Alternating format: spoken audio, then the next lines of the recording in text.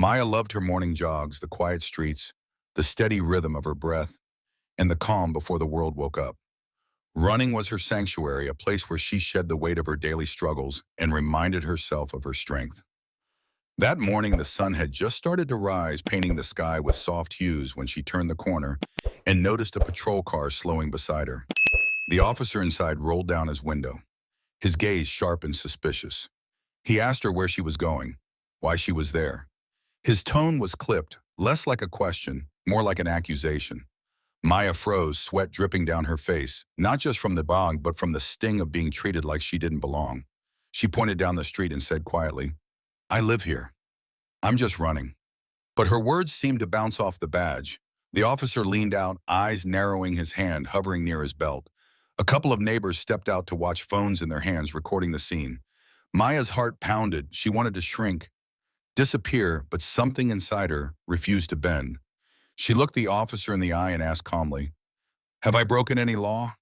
Her voice carried across the sidewalk, and silence fell for a moment. The crowd thickened, whispers rose, some shook their heads in disbelief.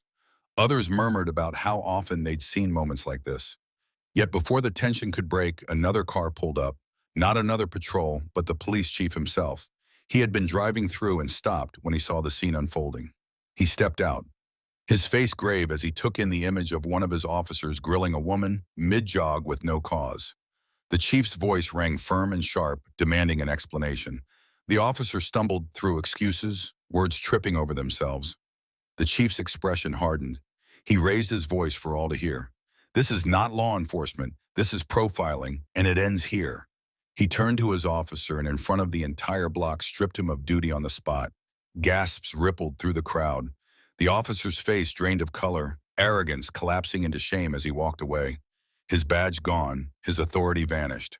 Maya stood still, tears brimming, not from fear but from vindication. Strangers gathered around her, some offering apologies, others thanking her for standing tall. Her humiliation had become a moment of truth for everyone watching. As Maya resumed her walk home, her steps felt heavy, but her spirit lighter. She realized her jog had turned into something larger, a public reckoning. She had not chosen the confrontation, but her courage had helped deliver justice.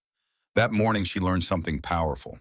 Respect is not a privilege handed down by authority. It is a right that cannot be denied, and in that lesson, she found the strength to keep running, not just through streets, but through the barriers of silence and bias that still needed to be broken.